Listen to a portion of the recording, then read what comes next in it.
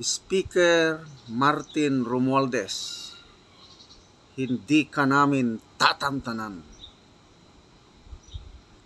Magandang umaga po mga kaibigan. Pag-usapan ulit natin ngayon si Speaker Martin Romualdez. Kasi kahapon, magpalabas sila ng balita na nahack ang official website ng House of Representatives. Around 11:30 in the morning. Tapos wala na, hindi na daw ma-access yung mga data. So, kumalat yun sa social media kahapon. So, ang analysis ng karamihan, analysis ko, baka may mga galit na tao na sa kanila at hinak na lang kanilang website. Nako, kalukuhan pala yun. Mabuti na lang at merong Miss Sas Sasut. Napanood ko kanina yung vlog ni Bagong Lipunan. Ang ganda nito. Bilis kumalat ang balita. So from Miss Sas, nagbulgar siya, iblinag ni Bagong Lipunan, kaya ito iparating ko sa inyo. Nako, hack my own website palang nangyari. Para ba yung malalayo nung August 24, yung raid my own warehouse sa Bulacan na according to Madam Maharlika, pag may-ari daw yun ni Speaker Romualdez yung mga ni-raid na mga warehouses. Kaya raid my own warehouse, 'di ba? May vlog na ganyan si Madam Maharlika. Ito, hack my own website. Di talagang pagkamaro sa Bisaya, marunong. Okay lang sana yung marunong sa gumawa ng kabutihan. Anong klase? So, according to Miss Sasasot, sinadyang hinak ang website ng Congress. Kasi, di ba nanawagan na si Tatay Digong na kailangang ipa-audit yung masinsinang audit ng COA yung pundo ng House of Representatives. Tapos sinabayan ng marami, especially nagsalita na rin si former Executive Secretary Vic Rodriguez. Dami ng talagang sigaw na ng bayan. Yung mga nagigising na sa katotohanan. Although meron pa rin yung mga blind loyalists na hindi pa rin maniwala na niloloko tayo ni Speaker Martin Romualdez na Congress kaya. Kasi grabe yung kanilang extraordinary expenses. Billions of pesos ang ginagastos nila and daming mga Pilipino na naghihirap. Okay, so ang lakas na yung panawagan kasi kung totohanan silang i-audit ng COA, delikado. Sa ngayon kasi, yung extraordinary expenses nila, mga pundo na hawak ng both houses of Congress, Senado at lower house, certification lang. Hindi yung tunay na audit. Kalukuhan yun. Pandarambong yun yung certificate na i-certify mo lang ginastos mo ng miscellaneous and other operating. Ganoon lang. Walang resibo. Wala nang mga detalye. So hindi yun audit. Pinagmamayabang ni Congresswoman Kimbo na fake news yung sinasabi nila na mayroong confidential intelligence pa ng Congress. Fake news yun. Kahit si Saberi, fake news alert. Auditable ito. Yes, auditable nga. Certification lang. Submit nyo sa COA.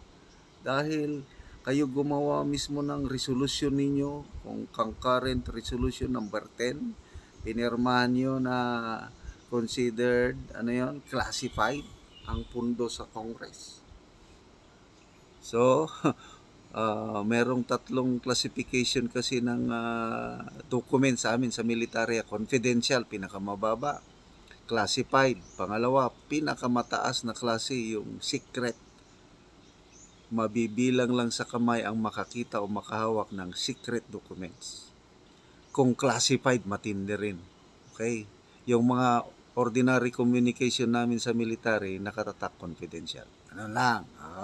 So, ang pundo ng Congress, classified. So, hindi pwedeng pakialaman ng COA. Yun, kagagawan din nila yun. Batas nila yun. Para hindi malaman ng taong bayan paano nila ginagastos ang pera natin. Tapos, ngayon na, malakas na ang panawagan. Tutuhan ng audit na natakot na. Kaya, now I understand, hinak nila yun para hindi, kasi kung open yung documents nila, yung mga marurunong, pwede nang ma-search, marami kang madiscoveryan doon sa website. Ngayon, hinak. Wala na. I don't know kung anong gagawin nila, ng panibago, o linisan na nila yung website, itago yung dapat itago. Yun. Ganyan, kamaro.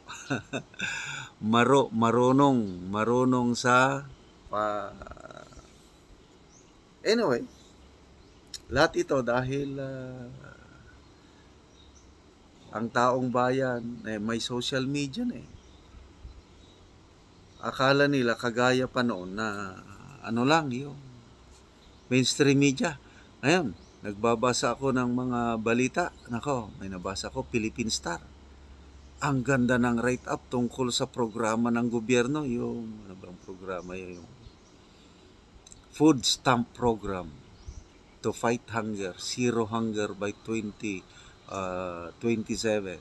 Ang ganda ng pagkasulat ng Philippine Star. Kaya lang, to me on the ground, kalukuhan yun, ban-aid. Paano maaalis ang hunger nga 3,000 pesos a month lang ang ibigay kada beneficiaryong pamilya? Anong magagawa ng 3,000 sa Ganun na po ang mainstream media ngayon. Kaya nga tanong ni SAS kay Speaker Martin Romualdez, kasi binabati ko nila si SAS, bakit ngayon lang siya magbulgar ng ganyan? Sabi ni SAS, ngayon ko lang din nalaman dahil may nag-feed sa akin ng informasyon, sabi niya. Kaya magpasalamat tayo doon sa retired COA Division Chief. Yun ang puting ahas, nagsilbing puting ahas, na nag-inform kay SAS na mayroong malaking pondo si Speaker Martin Romualdez, 1.6 billion, considered extraordinary expenses, mas malala pa sa Confidential Intelligence Fund. Then after that, sunod-sunod na. Pati concurrent resolution number 10. Kami na, ito na naman, yung na-hack. Hack my own website pala. Tapos once nga may exposing ganyan, di ba, ang bilis ng kumalat, pipick upin ngayon yan ng mga other vloggers kagaya ko na i-expound para marami ang makakaalam. So, yun ang hindi ma-realize ni Speaker Martin Romualdez na akala niya siguro makakalusot sila, makapapogi sila, mapabango ang pangalan niya through mainstream media. Hindi. Nandito, mula nung hindi ko na tinantanan itong si Speaker Martin Romualdez, yung sunod-sunod ang vlog ko sa kanya, nako, dumami ng bigla ang aking subscriber. Tumaas bigla ang aking views. Tumaas din ang income. Anong ibig sabihin nun? Maraming taong interesado sa nangyayari sa gobyerno, lalo na tungkol sa itong ginagawa nila kay BP Sara na pinagtutulungan na nila dahil gusto lang nilang maitsapwera ang ating butihing BP Sara at si Speaker Martin Romualdez ang kanilang ibangon. Hindi pwede yun. So, ako, basta, mensahe, Speaker Martin Romualdez, expect me, hindi kita tatantanan. Gagawa ka ng mabuti, purihin kita, Mr. Speaker. Gagawa ka ng hindi maganda, ay talagang ibubuking kita. Ganun lang yun. Maganda naman yung ginagawa mong pagtulong. Kaya lang, huwag mong haluan ng personal na motibo yung pagkandidato mo. Kung itong ginagawa mo sana, Mr. Speaker, wala kang plano sa national politics. You will remain as congressman. Nako, maraming matutuwa sa iyo. Kaya lang yung ginagawa mo ngayon, sinasadya mong siraan si VP Sara para lang manalo ka by 2028. Lalo kang lumulubog, Mr. Speaker. Sana mag-isip ka. Hindi pa huli ang lahat.